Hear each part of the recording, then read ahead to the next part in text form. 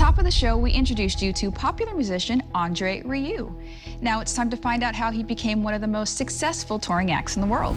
I'm so proud of it. When you go to a classical concert, you look at the program, who's coming, who's playing, which symphony.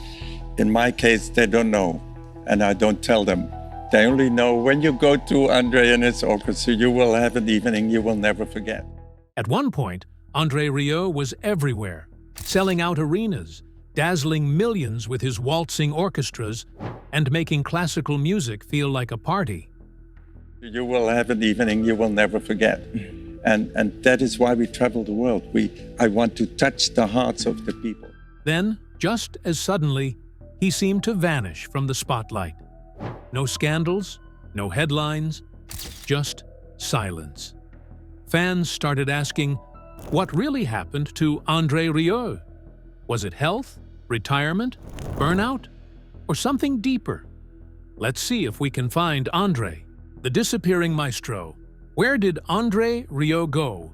If you've ever found yourself wondering why Andre Rieu hasn't been lighting up concert halls or television screens as often as he used to, you're not alone. For decades, Rieu was a cultural force, not just a violinist, but a showman, a businessman, and arguably the most famous conductor in the world. Andre Rieu is one of the most loved and successful artists on the planet. His concerts felt like cinematic experiences, packed with lights, romance, and spectacle. Fans would travel across continents just to see him perform. And then, almost out of nowhere, things went quiet. So, what happened? Let's get one thing straight. Andre Rieu didn't vanish entirely. He didn't disappear in the David Copperfield sense. But there was a noticeable shift. In recent years, especially after 2019, Rieu's presence in mainstream media, international touring schedules, and big headline events began to shrink. For someone so globally active, whose calendar once boasted over 100 performances a year, this wasn't just a slowdown, it was a sharp pivot. One major factor was, of course, the COVID-19 pandemic. Like many performers, Rieu's tour plans were wiped out overnight when the world shut down in 2020. Dozens of scheduled concerts were canceled or indefinitely postponed. His beloved hometown concerts in Maastricht, which drew tens of thousands of fans each year, went dark.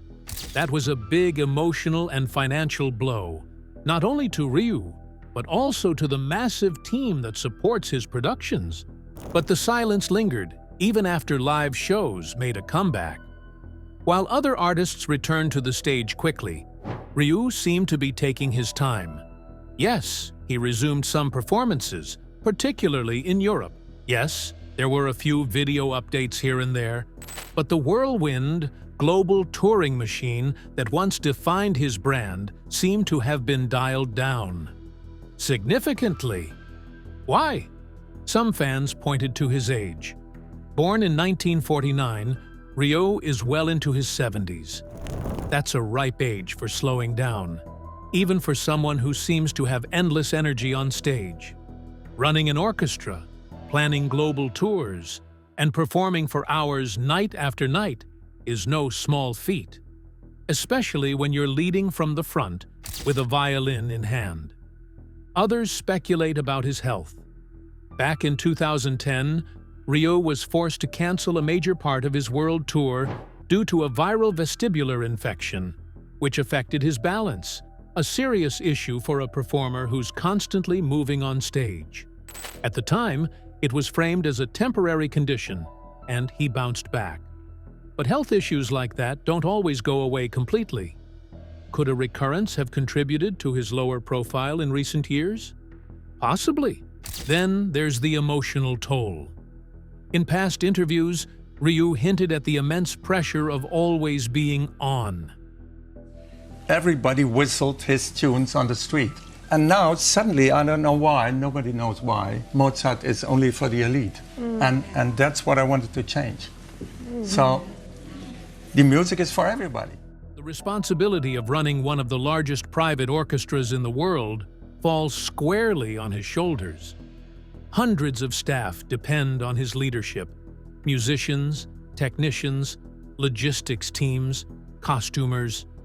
That's not just artistic work. That's CEO-level stress. It's entirely possible that the break, first forced by the pandemic and then prolonged by choice, became a moment of reflection and reset. After all, when you've built an empire, traveled the world, and achieved a level of fame that classical musicians only dream of, why not take a step back and enjoy the fruits of your labor? To be clear, Andre Rieu hasn't officially retired. No grand farewell tour, no dramatic goodbye. In fact, he still performs on select dates, mostly in Europe. His social media presence remains active, though managed more by his team than by him personally. New DVD releases, orchestral recordings, and even rebroadcasts of past concerts continue to be sold and streamed. So maybe the better question isn't what happened to Andre Rieu, but rather, what's he choosing to focus on now? The answer seems to be balance. Instead of constantly being on the road, he's leaning into home life in Maastricht. He's keeping the orchestra going, but on his terms. The man who spent decades making classical music more accessible may now be doing the same with his own life, simplifying, slowing down, and finding joy outside the spotlight. And honestly, can you blame him? The health scare that shook the maestro. Behind the glittering curtains and thunderous applause, every star faces their share of battles, and Andre Rieu is no exception. While he's built an empire of joy and music, the path hasn't always been smooth. The man who made classical music feel like a celebration has also wrestled with serious personal and professional challenges that have shaped his journey. In 2010, Andre Rieu encountered a frightening hurdle that sent shockwaves through his fans and the classical music world alike. He was forced to cancel a significant portion of his world tour due to a viral vestibular infection, a condition that affects the inner ear and disrupts balance and coordination. For a violinist and conductor who relies heavily on precise movement and stage presence, this was no small setback. The symptoms? Dizziness, vertigo, nausea, anything but conducive to performing in front of thousands. For several months, Rieu was sidelined, undergoing treatment and rest. It was the first time many realized that beneath his energetic performances was a man vulnerable to the frailties of health. Though he made a remarkable comeback, the experience left a lasting impact. It forced Rieu to reconsider his physically demanding lifestyle. The grueling schedule of back-to-back concerts, long-haul flights, and the physicality of performing night after night was taking a toll. The other challenge lurking behind the scenes was burnout, the emotional and mental exhaustion that can strike even the most passionate artists. For decades, Rieu led what can only be described as a non-stop whirlwind, touring over 100 dates a year, managing a vast orchestra. And then you see the whole audience moving and smiling and standing up and dancing in the arts, and that's what I want. Handling the business side of things and continuously creating new performances isn't just tiring, it's relentless. The emotional weight of always being on, constantly meeting fans' expectations, and keeping his orchestra at peak performance levels contributed to stress. In interviews, Andre has admitted to moments where the pressure felt overwhelming. He confessed that balancing his personal life and the demands of fame was a constant struggle. The decision to slow down in recent years can be seen as a strategic step toward self-care. I think I would ask him that I can stay healthy as I am now, because that's the best thing you can ask, to be healthy forever. A way to preserve not just his health, but his love for music. Then came the pandemic, a global event that halted live performances for everyone. For many artists, this forced break was devastating. But for Rieu, it may have been an unexpected gift. The shutdown gave him space to recover, reflect, and recalibrate. Away from the constant travel and packed venues, he had time to focus on his health and family. While others scrambled to adapt to virtual concerts and social media blitzes, Rieu took a quieter path, allowing the situation to help him reset. The world is changing, and so is he. Another challenge Rieu faces is the changing nature of the music industry itself. With streaming platforms, social media, and shifting audience habits, staying relevant is harder than ever. Younger audiences often gravitate toward viral hits and instant gratification, while classical music requires patience and appreciation.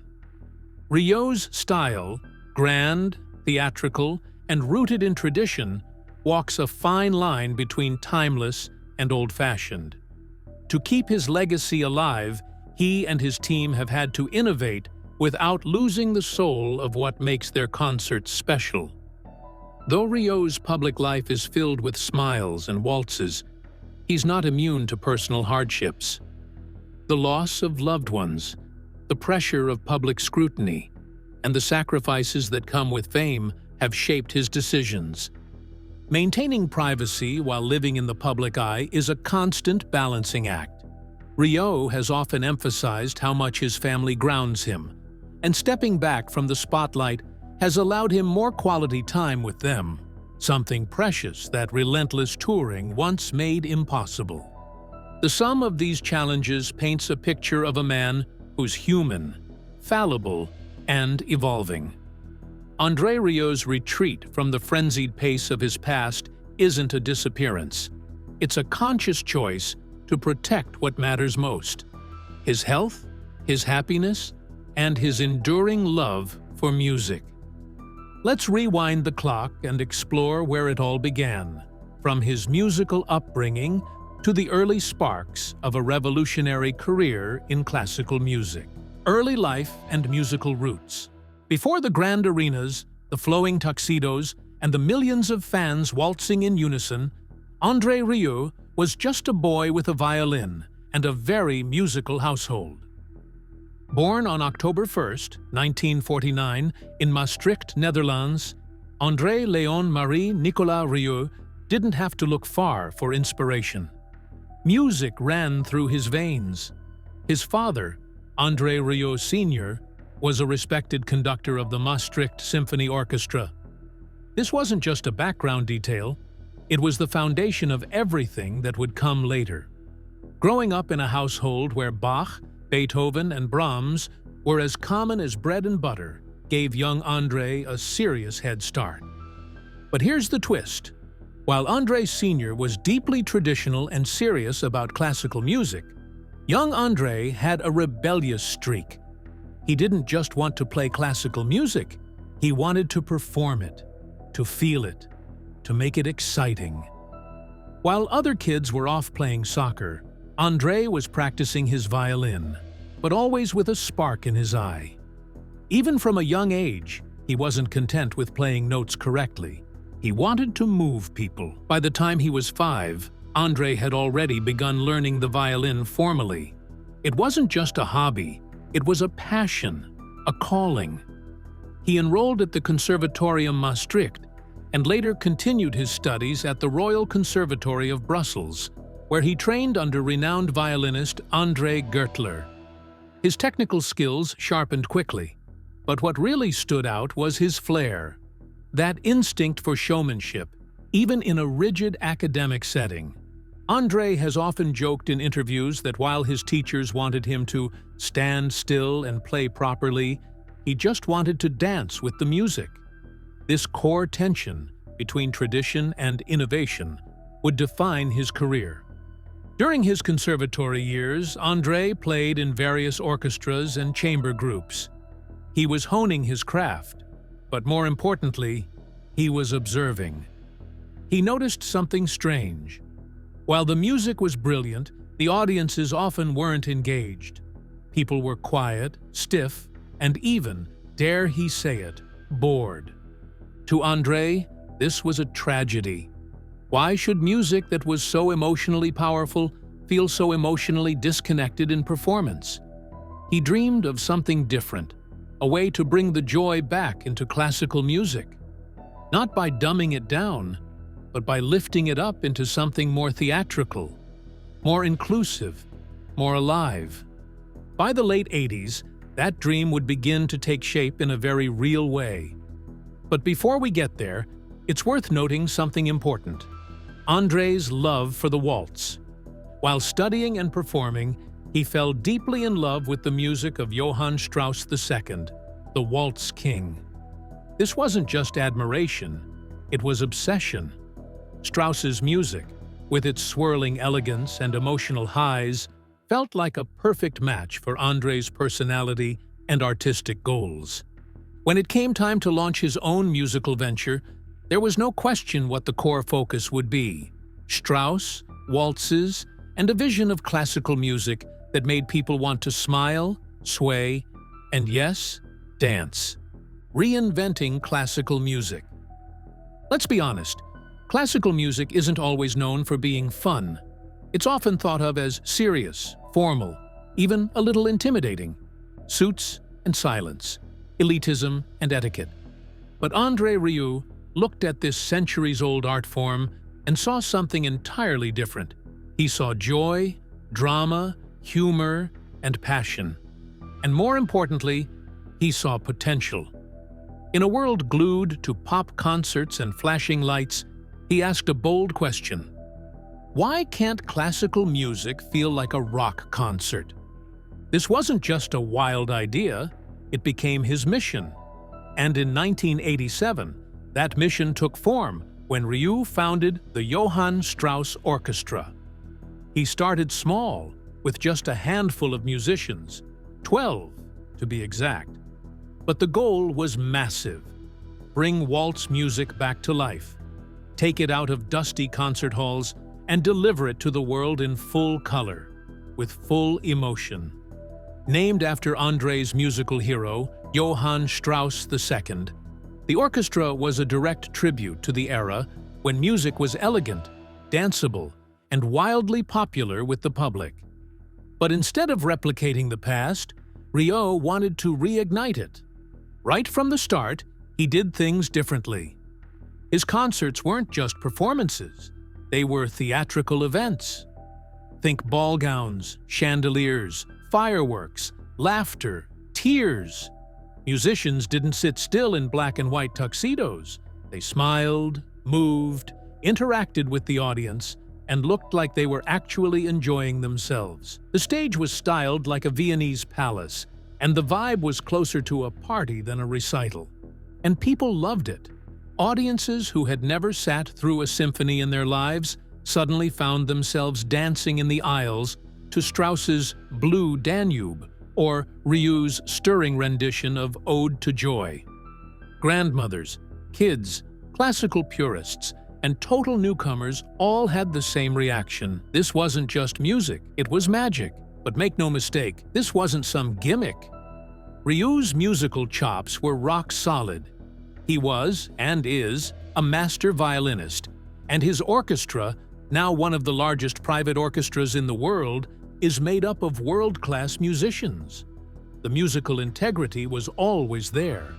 He simply added a layer of entertainment that the classical world had long ignored. Of course, not everyone approved.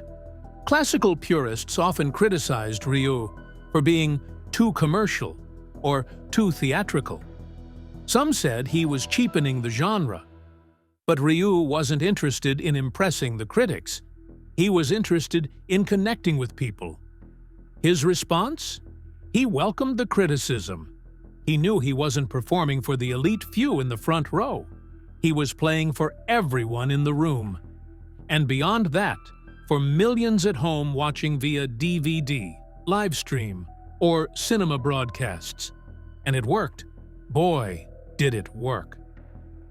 Rieu's concerts began selling out major arenas, the kind usually reserved for rock bands and pop stars. In fact, he often outsold some of the world's biggest names in music. Stadiums in Australia, Brazil, the UK, and the US were packed with fans waving flags, crying tears of joy, and, in true Rieu fashion, dancing. But beyond the stage show, Rieu was changing the culture around classical music.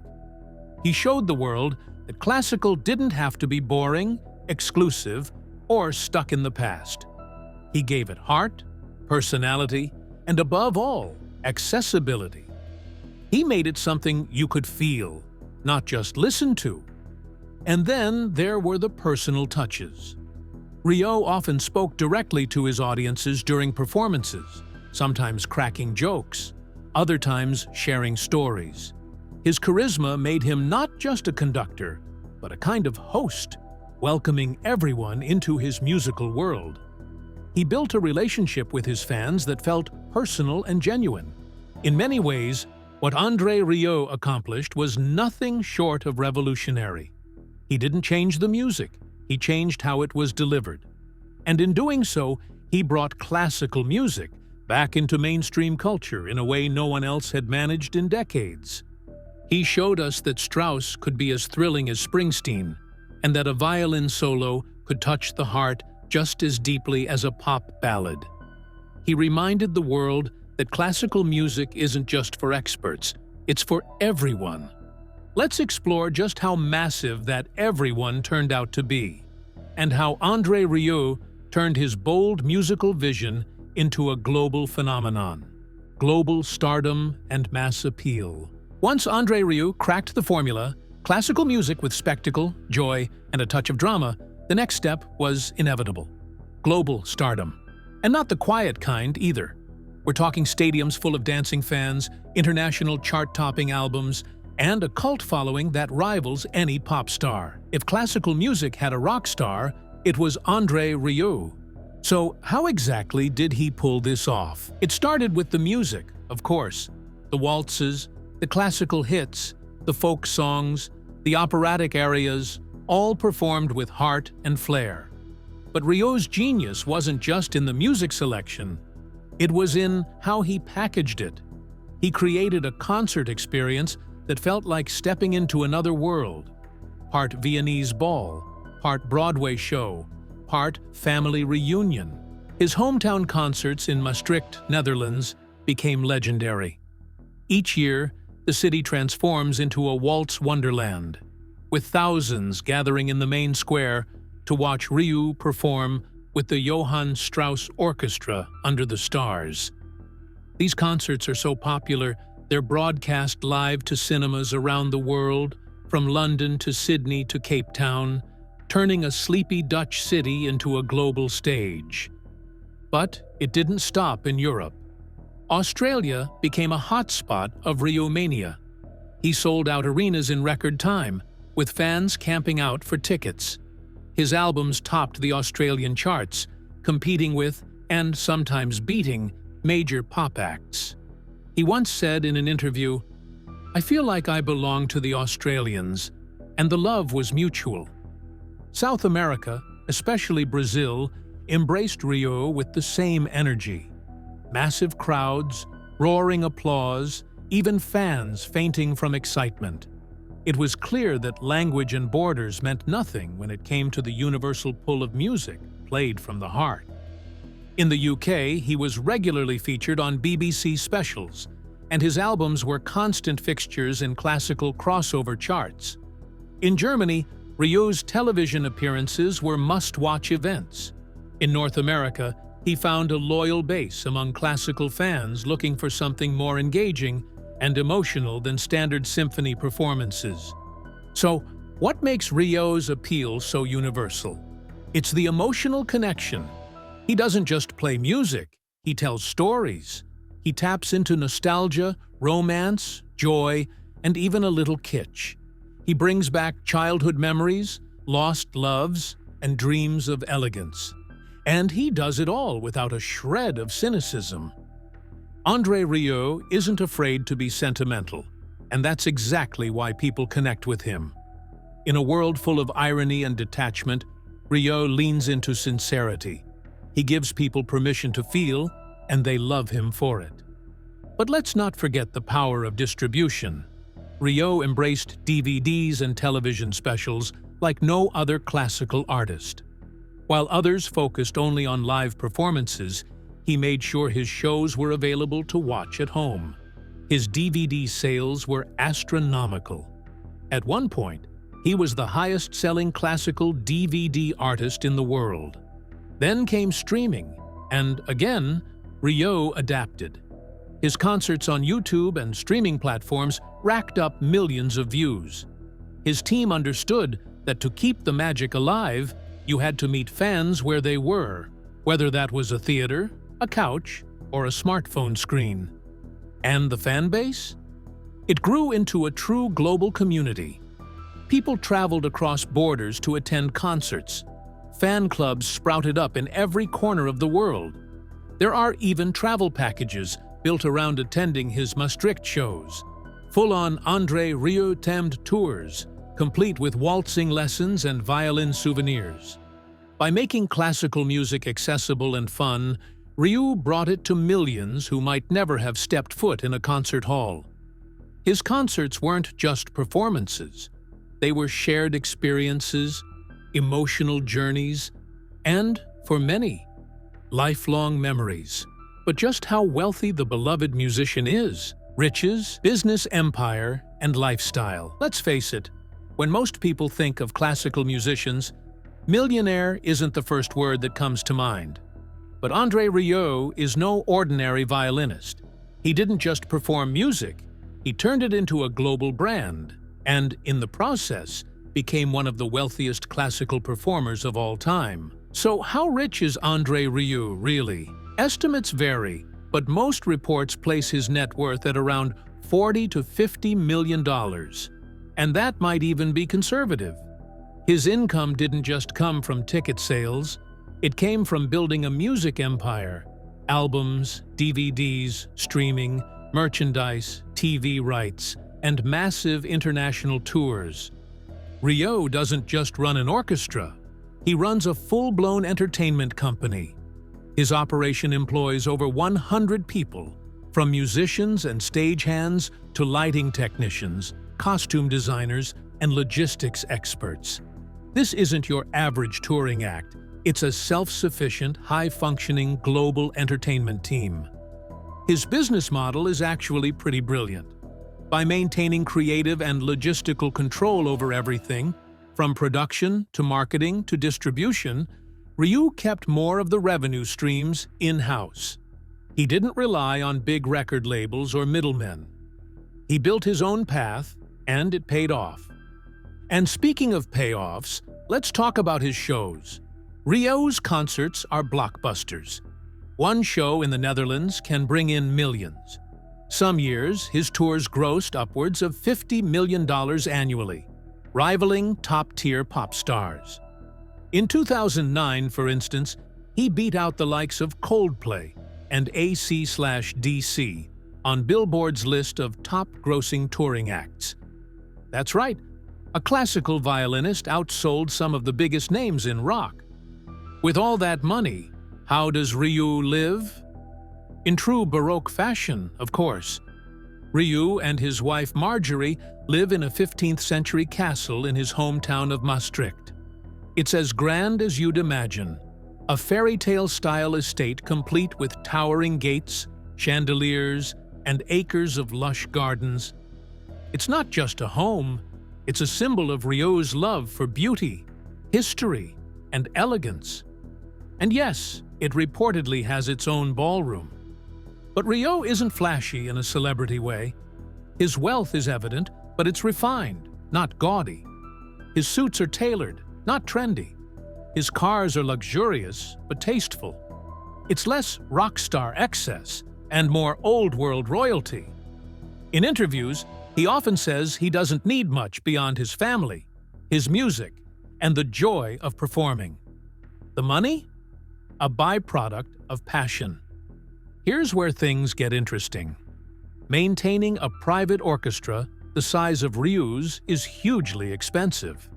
We're talking about flying dozens of people across the globe, booking stadiums, building custom stages, paying salaries year-round, and handling every detail from costumes to catering.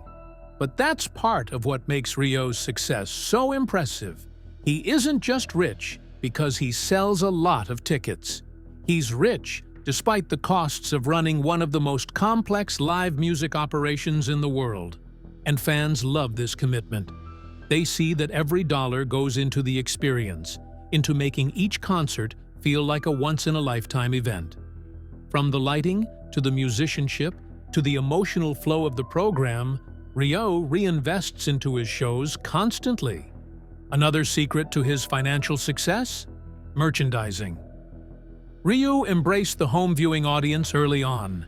His DVDs sold in the millions, particularly in markets like Australia and the UK, and became a major revenue stream. His concert specials air regularly on TV, especially around holidays, drawing massive viewerships and sponsorship deals. You can also find Andre Rieu calendars, coffee table books, scarves, mugs, violin-shaped keychains, the whole works. And people buy them, not just as souvenirs, but as part of their personal connection to his music. From his castle home to his international tours, Andre Rieu turned waltzes into wealth, without losing the warmth that made fans fall in love with him in the first place. The legacy of Andre Rieu. So, what happens when a classical musician shakes up the world and then steps back from the spotlight? With Andre Rieu, the answer is clear. His legacy isn't just alive, it's thriving, echoing through concert halls, living rooms, and hearts worldwide. Andre Rieu's biggest legacy is how he redefined classical music's image. He took an art form often seen as stuffy, elitist, and distant, and transformed it into something accessible, joyous, and wildly popular. For millions, he made classical music approachable, not just to be admired, but to be felt, danced to, and celebrated. He showed that you don't need to be a scholar to enjoy Beethoven or Strauss. You don't have to be serious to love a waltz. This break from tradition opened the door for a new generation of artists and audiences who want their music with a side of fun, flair, and emotion. Long before crossover music became a buzzword, Andre Rieu was pioneering it. By blending classical with showmanship, theatricality, and crowd engagement, he inspired countless musicians to follow suit. Artists like Lindsey Stirling, Two Cellos, and the Piano Guys owe part of their global success to the trail Rieu blazed. These performers similarly blend classical instruments with modern energy, crossing genre boundaries and reaching millions who might otherwise never listen. Rieu's relationship with his fans goes beyond music. It's personal, warm, and deeply emotional. His concerts are less about formality and more about community, a shared experience of beauty and joy. In a world where music often feels commercialized and distant, Rieu's approach reminds us that art can bring people together, create memories, and spark genuine happiness. His fans aren't just spectators, they're part of the family. Even as Rieu slows down his touring, his influence continues. New generations discover his music through streaming platforms, DVDs, and family gatherings where his waltzes are still the soundtrack to special moments. He's also contributed to preserving and popularizing the Viennese waltz tradition, keeping the music of Strauss and others alive for future audiences. Without Andre, it's possible this magical corner of classical music might have faded further into obscurity. While Andre Rieu might not be selling out stadiums like he once did, his work has created a blueprint for how classical music can survive and thrive in the modern era. His balance of musical excellence and entertainment has set a high bar, one that many artists will continue to aspire to. His orchestra remains active, his recordings continue to sell, and his legacy as the waltz king of the 21st century is firmly cemented. What really happened to Andre Rieu? He didn't vanish, he evolved. From a boy with a violin in Maastricht to a global ambassador for classical music, Andre Rieu's story is one of passion, innovation, and heart. He reminded the world that music is meant to be felt, that classical can be fun, and that sometimes all it takes to change a centuries-old tradition is one man daring to waltz to his own beat. Are you a fan of his? Drop your favorite moments of Andre on stage, and for more content like this, make sure to subscribe to the channel so you won't miss out.